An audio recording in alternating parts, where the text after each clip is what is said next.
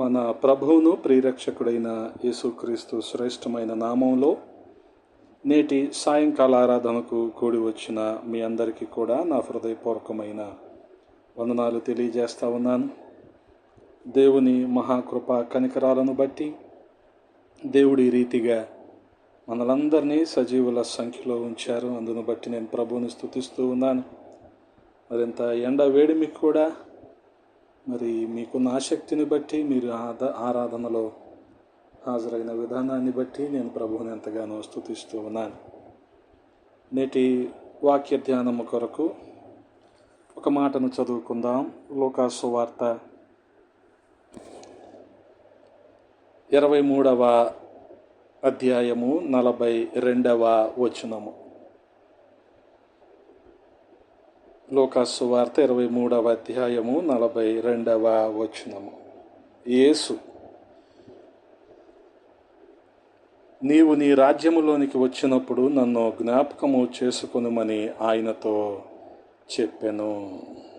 ప్రార్థన. మమ్మల్ని తిమిక్కిలుగా ప్రేమించిన మా ప్రియ పరలోకపు తండ్రి, ఈ సాయంకాల సమయంలో మీ పాద సన్నిధిలో ఉండటానికి మీరు చూపిన మహాభాగ్యాన్ని బట్టి స్తుతిస్తూ ఉన్నాం. గడిచిన కాలమంతా మీ రెక్కల నీడలో భద్రపరిచారు. క్షేమాన్ని, సమృద్ధిని మాకు అందించారు. వందనాలు. మరొక ప్రభు దినాన మీ పాద సన్నిధిలో ఉండటానికి నాయన సహాయము చేశారు. సమీప దూర ప్రాంతాల నుంచి మా ప్రియులైన వారిని నడిపించారు. అందును బట్టి స్తుతిస్తూ ఉన్నాం. మీరు ఏర్పాటు చేసిన ఈ లేఖనాలను బట్టి వందనాలు. ఈ లేఖన భాగాన్ని మా వినికిడిలో దీవించండి. మా సమయాన్ని దీవెనకరంగా మార్చండి. మీ కృపకు అప్పగించుకుంటూ ఉన్నాం. అల్పుణ్ణి ప్రభా, నన్ను మరుగు చేయండి.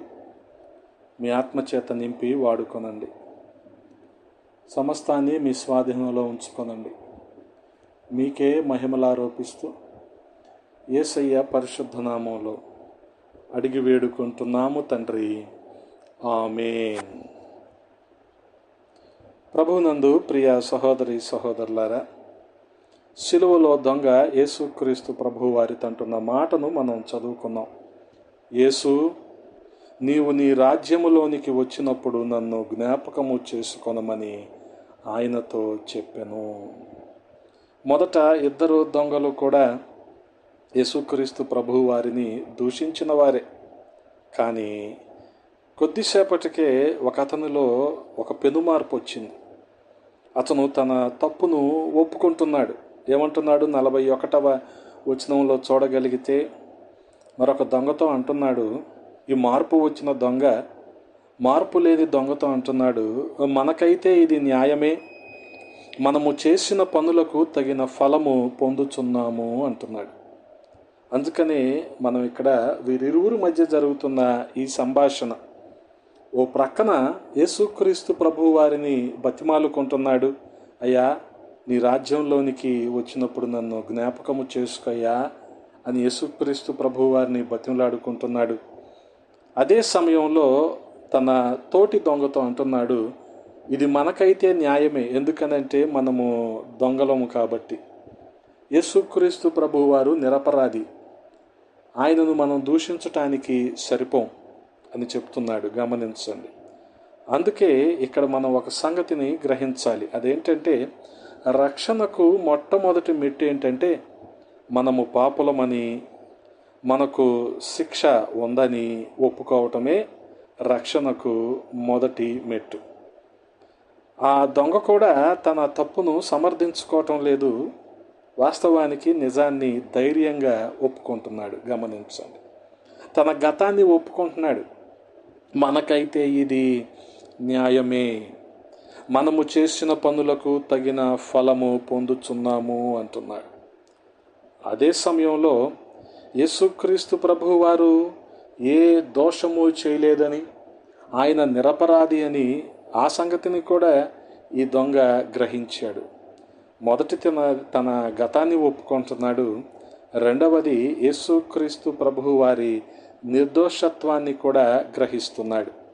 అతను యేసు వైపు చూసి ఇలాగా అంటున్నాడు, ఈయన ఏ తప్పిదము చేయలేదు. గమనించండి.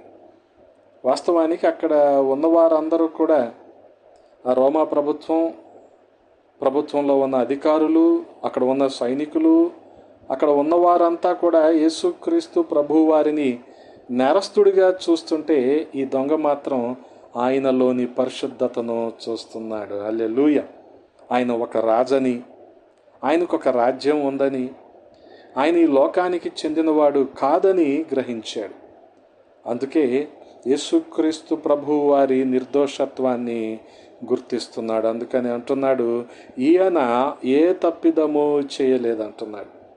అంటే మొదటిగా తన నిజస్థితిని, తను దొంగ, తనకు ఈ శిలువ శిక్ష అనేది సమంజసమే అని ఒప్పుకుంటూనే యేసుక్రీస్తు ప్రభువు వారు నిర్దోషి, నిరపరాధి, ఆయనలో ఏ తప్పిదము కూడా లేదు అని గుర్తిస్తున్నాడు. మరొక సంగతిని మనం గ్రహించగలిగితే, ప్రియ సహోదరి సహోదరులారా, ఈ దొంగలో గొప్ప విశ్వాసాన్ని చూస్తూ ఉన్నాం. బైబిల్ మొత్తంలో ఈ దొంగ చూపిన విశ్వాసం చాలా ప్రత్యేకమైనదిగా మనం గుర్తించాలి. ఎందుకనంటే శిష్యులే ఈ 3.5 సంవత్సరాలు యేసుక్రీస్తు ప్రభువు వారి వెంట నడిచిన శిష్యులే ఆయనను విడిచి పారిపోయిన సమయం ఇది. యేసుక్రీస్తు ప్రభువు వారు రక్తసిక్తమైపోయారు, బలహీనంగా ఉన్నారు, మరణానికి దగ్గరగా ఉన్న పరిస్థితిలో ఉన్నారు. అటువంటి పరిస్థితిలో ఉన్న వ్యక్తిని చూసి ఈ దొంగ ఏమంటున్నాడో గమనించండి. నీవు నీ రాజ్యములోనికి వచ్చినప్పుడు అని పిలవడం అంటే, యేసుక్రీస్తు ప్రభువు వారు మరణాన్ని గెలిచి రాజవుతాడు అని ఈ దొంగ నమ్మాడు. గమనించండి. ఈ దొంగ మనకొక పాఠాన్ని నేర్పుతూ ఉన్నాడు. అదేంటంటే, అద్భుతాలు చూసి నమ్మటం కంటే శ్రమల్లో ఉన్నప్పుడు దేవుని అధికారాన్ని నమ్మటమే గొప్ప విశ్వాసం. ఇది ప్రతి విశ్వాసి తెలుసుకోవలసిన ఆధ్యాత్మిక సత్యం. గమనించండి. అద్భుతాలు చూసి నమ్మటం కంటే శ్రమలో ఉన్నప్పుడు దేవుని అధికారాన్ని, ఆయన సార్వభౌమాధికారాన్ని నమ్మటమే గొప్ప విశ్వాసం. అందుకనే ఒక వినయపూర్వకమైన ప్రార్థన చేస్తున్నాడు. అతను ఏమంటున్నాడు? నన్ను రక్షించు, లేదా నన్ను సిలువ నుండి దించు అని అడగటం లేదు. గమనించండి. నన్ను జ్ఞాపకము చేసుకో అంటున్నాడు. వాస్తవానికి దేవునికి అన్నీ తెలుసు. మనకి ఏది అవసరమో, ఏది కావలసి ఉందో ఆయన సమస్తము కూడా ఎరిగినవాడు. అందుకని నన్ను జ్ఞాపకము చేసుకొని వినయపూర్వకంగా ప్రభువుని అడుగుతూ ఉన్నాడు. తమకు ఏ యోగ్యత లేదని అతనికి తెలుసు. కేవలం యేసుక్రీస్తు ప్రభువు వారు చూపించే కనికరం మీద మాత్రమే ఆధారపడ్డాడు. ఆ ఒక్క చిన్న ప్రార్థన ఈ దొంగ కోసం పరలోకపు ద్వారాలను తెరిచింది. హల్లెలూయా. కాబట్టి ప్రియ సహోదరి సహోదరులారా, ఏదో అద్భుతాలు చూసి, మనకు జరిగిన ఆశ్చర్యకార్యాలు చూసి ఆయన్ని వెంబడించటం ఇవన్నీ సహజమే. కానీ ఇటువంటి శ్రమల్లో మరణానికి దగ్గరవుతున్నప్పుడు దేవుని అధికారాన్ని గుర్తించటం అనేది చాలా ప్రాముఖ్యమైన సంగతి. ఒక వినయపూర్వకమైన ప్రార్థన చేశాడు. అయ్యా, నన్ను జ్ఞాపకము చేసుకో అంటున్నాడు. పోనీ ఆ అభ్యర్థనకు లేదా ఇతను అడిగిన విధానానికి యేసుక్రీస్తు ప్రభు వారు కూడా వెనువెంటనే ఒక వాగ్దానం ఇచ్చారు. గమనించండి. యేసుక్రీస్తు ప్రభు వారు ఈ దొంగ చేసిన ప్రార్థనకు స్పందిస్తూ, నేడు నీవు నాతో కూడా పరదైసులో ఉందువని నిశ్చయముగా నీతో చెప్పుచున్నాను అంటున్నారు. గమనించండి. ఇక్కడ మనం తెలుసుకోవలసింది ఏంటంటే, టుడే, నేడు అంటే రక్షణకు ఆలస్యం లేదు. రక్షణకు ఆలస్యం లేదు. మనం కాబట్టి ఇప్పుడు కాదులే, పిల్లల పెళ్ళిళ్ళు అయ్యాక రక్షణ పొందుకుందాం, బాప్తిసం తీసుకుందాం అని అనుకుంటాం. కానీ ఆయన ఏమాత్రం కూడా రక్షణ విషయంలో జాప్యం చేసే దేవుడు కాదు, ఆలస్యం చేసే దేవుడు కాదు. ఏదో సాగదీసి అప్పుడు చూద్దాం ఇప్పుడు చూద్దాం అనే దేవుడు కాదు. అందుకనే నేడు, ఈరోజే, ఇదే మిక్కిలి అనుకూలమైన సమయము, ఇదే రక్షణ దినము అని పరిశుద్ధ గ్రంథం మనకు బోధిస్తూ ఉంది. గమనించండి. నేడు ఏమంటున్నారు? నాతో కూడా. అంటే గమనించండి, పరలోకం అంటే యేసుక్రీస్తు ప్రభు వారితో ఉండే ఒక స్థలం, ఆయనతో ఉండే ఒక పరిస్థితి. ఆ పరిస్థితిలోనికి దేవుడు మనల్ని నడిపిస్తూ ఉన్నారు. ఎక్కడ ఉంటావు నువ్వు? పరదైసులో. నేడు నాతో కూడా పరదైసులో ఉందువని నిశ్చయముగా చెప్పుచున్నాను అంటున్నాడు. ఒక నేరస్తుడు క్షణాల్లో దేవుని కుమారుడిగా మారిపోయాడు, పరదైసులో స్థానాన్ని సంపాదించుకున్నాడు. అందుకనే ఈ దొంగ మనకి నేర్పిస్తున్న పాఠం ఏంటంటే, గమనించండి, చివరి నిమిషం వరకు అవకాశం ఉంది. రక్షణ పొందటానికి ఏ సమయం కూడా ఆలస్యం కాదు. అయితే ఇది మరణశయ్య మీద రక్షణ పొందవచ్చు అనే ధీమా కోసం కాదు, కానీ దేవుని కృప ఎంత గొప్పదో చెప్పటానికి ఈ దొంగ మనకు ఒక ఉదాహరణగా నిలబడుతూ ఉన్నాడు. మరొక సంగతి ఏంటంటే, క్రియలు కాదు కానీ విశ్వాసమే ఆ దొంగను రక్షణలోనికి నడిపించింది. ఆ దొంగ బాప్తిస్మం తీసుకోలేదు, మందిరానికి వెళ్ళలేదు, దశంభాగాలు అంతకంటే ఇవ్వలేదు. కేవలము యేసుక్రీస్తు ప్రభు వారి పైన ఉంచిన విశ్వాసము ద్వారానే రక్షించబడ్డాడు. గమనించండి, ఇద్దరు దొంగలను మనం చూస్తూ ఉన్నాం కదా, రెండు మార్గాలు. ఒక్కో దొంగ ఒక్కొక్క విధానాన్ని మనకు చూపిస్తున్నాడు. రెండు మార్గాలు. సిలువ వేయబడిన ఇద్దరు దొంగలు మానవాళికి సాదృశ్యంగా ఉన్నారు. ఒక వ్యక్తి అంటే ఒక దొంగ యేసుక్రీస్తు ప్రభు వారిని తృణీకరించి నశించిపోయాడు. మరొక దొంగ యేసుక్రీస్తు ప్రభువు వారిని అంగీకరించి రక్షించబడ్డాడు. యేసుక్రీస్తు ప్రభువు వారు ఈ రెండు మార్గాల మధ్యలో ఆయన ఉన్నాడు. అంటే గమనించండి, నిర్ణయం మనదే.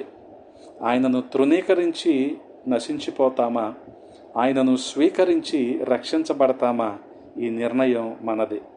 అందుకే ఈ దొంగ సార్వత్రిక క్రైస్తవ సంఘానికి ఒక గొప్ప నిరీక్షణను చూపిస్తున్నాడు. ముఖ్యంగా మనం గతంలో చేసిన తప్పుల కంటే ప్రస్తుతం యేసుక్రీస్తు వారి పట్ల మనము చూపించే విశ్వాసము ఎంత ముఖ్యమైనదో ఈ దొంగ మనకు నేర్పిస్తున్నాడు. కాబట్టి ప్రియ సహోదరి సహోదరులారా, సిలువలో ఈ దొంగ చేసిన చిన్న ప్రార్థన, ఒక చిన్న విజ్ఞాపన, అయ్యా నీ రాజ్యంలో నన్ను జ్ఞాపకము చేసుకో అని చేసిన చిన్న ప్రార్థన అతనికి పరలోక భాగ్యాన్ని తీసుకొచ్చింది. యేసుక్రీస్తు ప్రభు వారు కూడా వెంటనే ఆయనతో అన్నాడు, నేడు నీవు నాతో కూడా పరదైసులో ఉంటావు. ఇక అందులో ఏ షరతులు కూడా లేవు. అతని విశ్వాసాన్ని ప్రభువారు చూశారు. అన్కండిషనల్గా, బేషరతుగా అతనికి పరలోక భాగ్యాన్ని అనుగ్రహించారు. కాబట్టి ప్రియ సహోదరి సహోదరులారా, ఇంకా రక్షణను నిర్లక్ష్యం చేస్తున్నామేమో, ఒకసారి మనల్ని మనం పరిశీలన చేసుకుందాం. రక్షించబడి దేవుని రాజ్యానికి వారసులవుదాం. అటువంటి కృప దేవాది దేవుడు మనందరికీ దయచేయునుగాక. ఆమేన్. తలలు వంచండి, ప్రార్థన చేసుకుందాం. పరిశుద్ధుడా, ప్రేమ కలిగిన తండ్రి, ఈ సాయంకాల సమయంలో కొద్ది మాటలు ధ్యానించటానికి మీరు చూపిన కృపను బట్టి స్తోత్రాలు. రాజా, సిలువలో ఇద్దరు దొంగలు ఉన్నప్పటికీ ఒక దొంగ నిరీక్షణకు ఆస్పదంగా మనకు కనబడుతున్నాడయ్యా. అతన్ని ప్రభా మీరు మా ముందుంచారు. ఆ రీతిగా మీ సార్వభౌమాధికారానికి ఒప్పుకుంటూ, మా గత స్థితిని మేము యథార్థంగా ఒప్పుకుంటూ, నాయన మేము రక్షణలోనికి నడిపించబడాలని, అటు భాగ్యాన్ని ప్రతి ఒక్కరికి దయచేయమని బతిమాలుకుంటూ ఉన్నాం. విన్న మాటలు మా హృదయంలో భద్రము చేయండి, నీరు కట్టి ఫలింప చేయండి. కూడిన ప్రతి ఒక్కరిలో మీ ఆత్మకార్యాలు జరిగించమని యేసయ్య పరిశుద్ధ నామంలో అడిగి వేడుకుంటున్నాము తండ్రి. ఆమేన్.